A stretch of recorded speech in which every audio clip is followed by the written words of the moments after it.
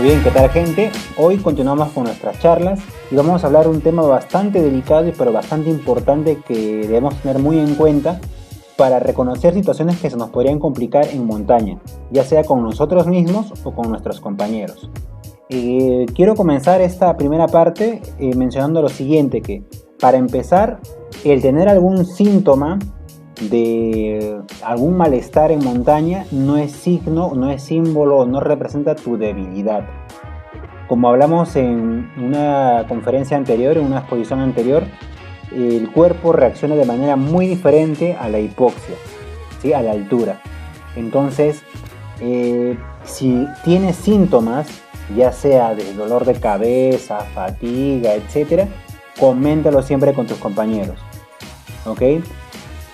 Para que todos sepan cómo está progresando eso. Si ese dolor de cabeza, por ejemplo, se va incrementando o va desapareciendo. Pero es importante saberlo. En montaña no existen los héroes. Los héroes terminan pasándola muy mal, pero no solamente ellos mismos, sino a su compañero o a los compañeros del equipo. Entonces, siempre es bueno comunicarse. Entonces, teniendo ese pequeño marco, vamos a conversar sobre lo que viene. A ver, hipoxia. La sesión anterior conversamos acerca de la hipoxia también. ¿Y cómo podríamos definir la hipoxia? Pues muy simple. Voy a hacerlo bien concreto para que nos quede claro. Es la disminución de oxígeno a nivel sistémico.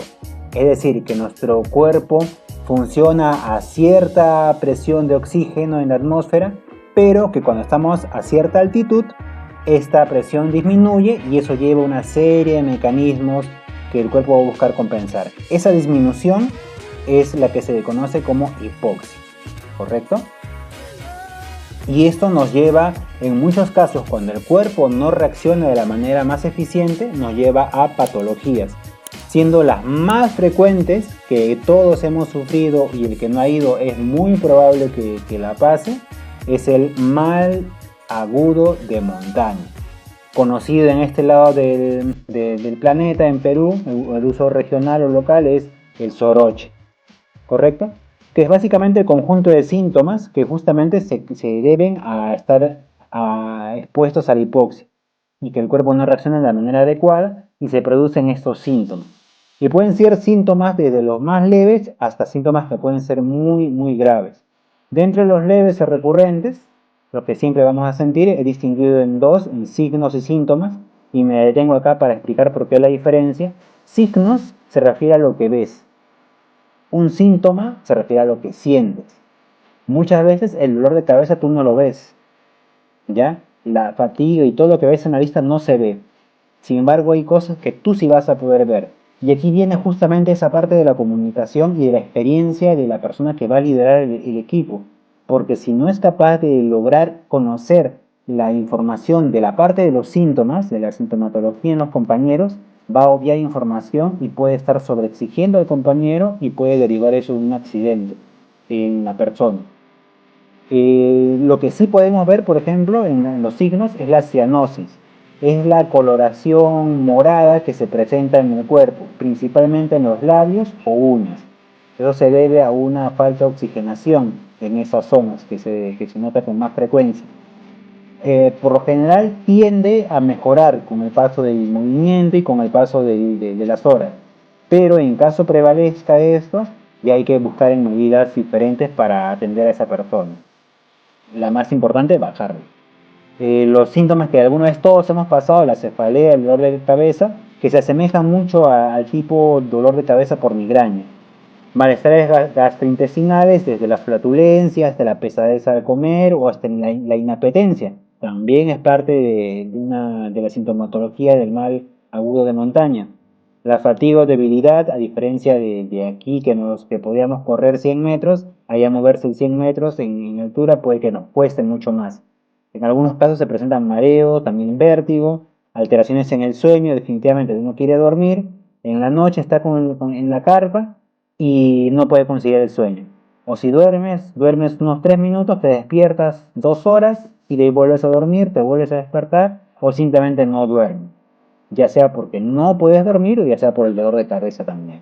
Y las náuseas, definitivamente. Y en otros casos también vómitos, que es algo que siempre vamos a ver, incluso hemos pasado, como les decía. Dentro de los de las situaciones de nivel moderado que nos se pueden presentar con este mal agudo de montaña, tenemos el conjunto denominado como alteraciones mentales. El letargo es esa pesadez al momento de caminar. Y han visto seguramente a personas que caminan y están medio desorientadas, confundidas, etc. En este aspecto es importante, y nuevamente recalco la experiencia de los miembros del equipo y sobre todo la persona que va a liderar esta expedición, es importante el diálogo. No tanto para pasar el rato, que también es muy divertido y muy ameno, ¿no? Sino para poder conocer cómo la persona puede desarrollar una idea, un concepto, un recuerdo. Y en función a ello tú sabes qué tan lúcido está. Entonces, si llegamos a ver una persona comienza a perder la conciencia, tú la ves caminando y empiezas a hablarle, o estás sentado y te pones a hablar a esa persona y no respondes como si se fuera, como si estuviera durmiendo con los ojos abiertos, ya incluso cuando comienza a alucinar, te dice, oye, viste tal cosa, o te empieza a hablar, dar información o relatar cosas de su vida que tú sabes que no son las correctas, de que dice que tiene un hijo, que vive en otro país, porque tú sabes que esa persona no tiene hijos, pero te empieza a relatar cosas, entonces estamos entrando en esta parte de alucinaciones. Y si esto continúa, pues puede que la persona se desmaye y caiga en un coma. El objetivo es llegar a evitar eso, porque cuando ya ocurrió eso, ya la cosa ha sido bastante peligrosa y ha sido bastante gradual. La ataxia tiene que ver a los movimientos. Cuando la persona, tú le dices que camine, empieza a caminar, empieza a tambalear. No dibuja una línea, sino se va por donde puede. Y obviamente va a tener muchas caídas en el suelo, y para cuando se ponga de pie va a ser bien difícil. Esto se ve muy frecuentemente. Y parestesias nos referimos a la alteración de la sensibilidad. ¿Ya? Por ejemplo, cuando sientes como pequeños hincones en las piernas o en los brazos o en las manos después de un esfuerzo, ¿ya? Esto es parte justamente de estas parestesias. En algunos casos se presentan entumecimientos. Y relacionado a ello está lo que se conoce como la eritrocitosis, conocido también como la policitemia vera o poliglobulia. Ustedes han visto cuando les ha tocado ir a montaña, las personas del campo, sus manos están bien hinchadas, ¿no? Que parecen como si fueran dedos bien gruesos, ¿ya? Eso se debe a que, debido a que están mucho tiempo en la altura, se produce mayor cantidad de glóbulos rojos. Entonces, y a su vez la sangre se vuelve más viscosa. Entonces, esa es la causa de que justamente estos tejidos comiencen a ensancharse. Cuando nosotros vamos a montaña también sufrimos estas modificaciones, solo que de manera más transitoria. Es decir, nosotros bajamos a ciudad y desaparece. ¿Ya? No tenemos, y también desaparece la forma de las manos, la coloración también que se presenta. ¿Ya?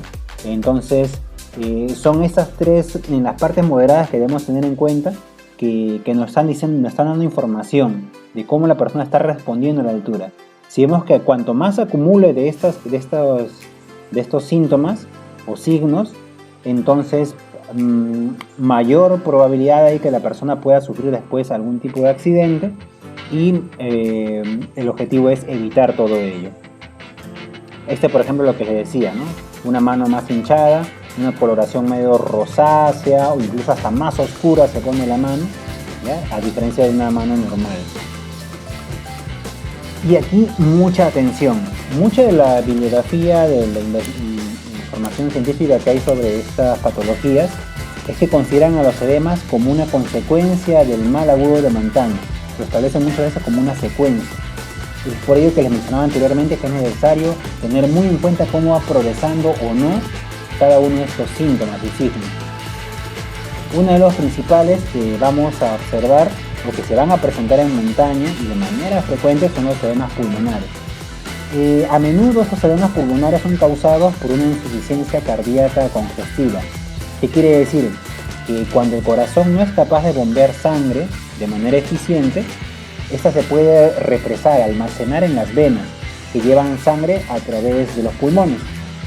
Y a medida que la presión de esta sangre se incrementa, ese líquido es empujado hacia los espacios del aire, es decir, cuando ocurren los pulmones, en las alveolas. Y este líquido reduce el movimiento normal del oxígeno a través de los pulmones, lo que dificulta el intercambio gaseoso y las complicaciones para respirar. Entonces, esto básicamente es lo que representa esta imagen que están viendo a continuación, cómo se va congestionando, va invadiendo el espacio de los alveolos e impide la respiración. Y comienza a generarse este edema pulmonar. Tengan en cuenta algo, que los edemas suelen ser irreversibles. Si la persona sobrevive a un edema, es probable que queden secuelas.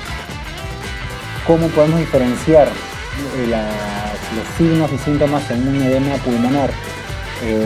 Y hay que estar, insisto, con mucha atención, con mucha conciencia de lo que uno está observando y sintiendo.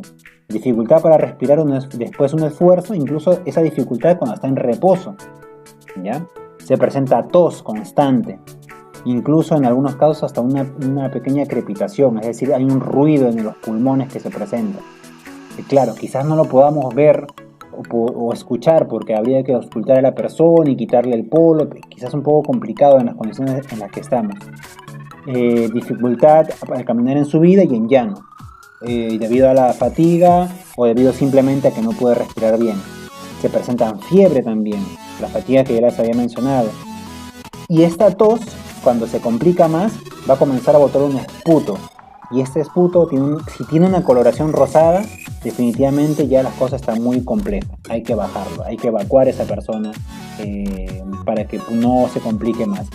Por lo general hay que evitar llegar a ese punto. El latido, las pulsaciones comienzan a ser irregulares e incrementarse. Por un momento están muy rápidas, en un momento están lentas, estando la persona en reposo. Empieza a haber malestar en la zona del pecho y los dolores de cabeza que siempre acompañan estos síntomas. Entonces, los edemas pulmonares suelen pasar, y ojo, por favor, tengan muy en cuenta, ningún edema es fulminante, es decir, no es que diste 10 pasos y te dio un edema y moriste. No, son progresivos. Pero, y repito una vez más, y que sea el mensaje uno de los mensajes de esta noche, que la persona que lidera el equipo, los compañeros que van a esta salida, deben tener la suficiente experiencia y conocimiento para poder romper esta cadena de síntomas y signos y no llegar a una desgracia. Y repito, si tienes alguno de estos, no es debilidad. Tú no eres débil porque te dolió la cabeza, porque te empezó a sonar el pecho, no es tu debilidad, simplemente es tu cuerpo que ha reaccionado ante ese estímulo y quizás ha sido demasiado fuerte. Y es momento de hablar, decirlo desde antes para poder evacuar y tomar las acciones necesarias.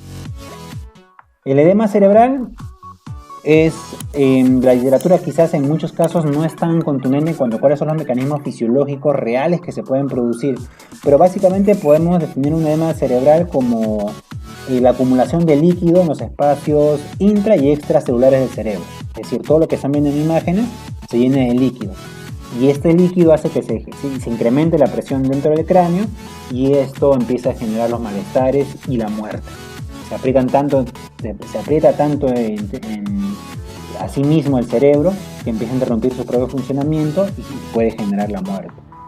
Signos y síntomas: dolor de cabeza muy intenso, muy intenso, marcadamente intenso. Cuando ves que alguien tiene una convulsión, evacuarlo.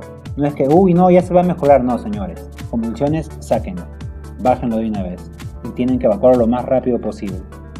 Las náuseas también se presentan, por eso les decía que se mezclan con lo del mal agudo de montaña y por eso la literatura considera los edemas como consecuencias o como escalas dentro de la misma patología. Somnolencia, lo mismo que hablamos, dolor o rigidez en el cuello, hay que estar atento a esos detalles, alteraciones en la visión, que no ve bien o ve doble o se oscurece todo, es importante tener en cuenta ello también. Los dolores de cabeza igual presentes en ambos casos. Poliuria se refiere al incremento de la cantidad y frecuencia de ir a miccionar. Y también se presenta una hipertensión, ya la presión arterial se incrementa más de lo normal, También la frecuencia cardíaca baja por menos de 60 pulsaciones por minuto. Fiebre que no es causada por ningún tipo de infección. También se presenta. Y los vómitos constantes. Entonces, nos damos cuenta que entre los dos edemas, incluso con ciertos signos y síntomas del mal agudo de montaña, son recurrentes. ¿Ya? Porque puede haber poliuria y no necesariamente te va a llevar un edema. Pero el conjunto de todos estos signos y síntomas podrían desencadenar un edema. Y hay que estar muy, muy atento, chicos. Y ojo, no se da el caso en que tú dices, yo voy desde hace 10 años, voy a la montaña, yo he subido a 5000, nunca me ha pasado nada y nunca me va a pasar nada. Jamás digan eso, muchachos. Cuando vamos a montaña nos las estamos jugando cada vez. Por eso es importante cada uno observarse a sí mismo y observar al compañero. Es importante para prevenir. ¿Y en qué contexto? En este contexto. El conocido, el famoso LOTEP. Tenemos que identificar si uno está lúcido, está orientado en tiempo, espacio y persona. Conversando con el compañero, cuando te pregunten si tú cumples con todas estas características, con estas condiciones, podemos saber que estás dentro de entre comillas, vamos a decirlo, lo normal, lo convencional, ¿correcto? Entonces, si tú te das cuenta que falla alguno de estos temas, la persona ya está padeciendo algunas de estas patologías a un nivel que puede ser progresivo y que es necesario tomar acciones de inmediato, ¿ya? Por ello es muy importante la comunicación entre todos, repito, tener mal de altura, tener algunos de estos síntomas y signos que hemos conversado no es debilidad, es simplemente tu cuerpo que siempre va a responder de manera diferente. Conforme pasen los años, nuestro comportamiento a la altitud es diferente, señores. No es lo mismo que cuando tú estabas con 20 años que cuando tengas 80 años. El comportamiento y la respuesta es muy, muy diferente siempre. Muy bien, señores. Espero que esta información haya servido de algo, les haya servido para poder entender un poco más o por lo menos llamar la atención y poder investigar más sobre estos temas. Si tienen preguntas, consultas, por favor háganoslo saber, ya sea por este comentario o puedes escribirnos por WhatsApp, por correo, por el medio que te sientas más cómodo. Nosotros vamos a buscar responderte porque nos interesa que haya más conocimiento sobre estos temas para poder comportarnos mejor en montaña, para poder tomar las decisiones correctas en montaña. Próximamente vamos a estar invitándolos a que nos den nuevas ideas de qué temas tocar en estas conferencias, en estas pequeñas charlas que les damos a ustedes. Y de momento eso ha sido todo por el día de hoy. Sigan pasando una buena semana y nos vemos muy pronto. Gracias.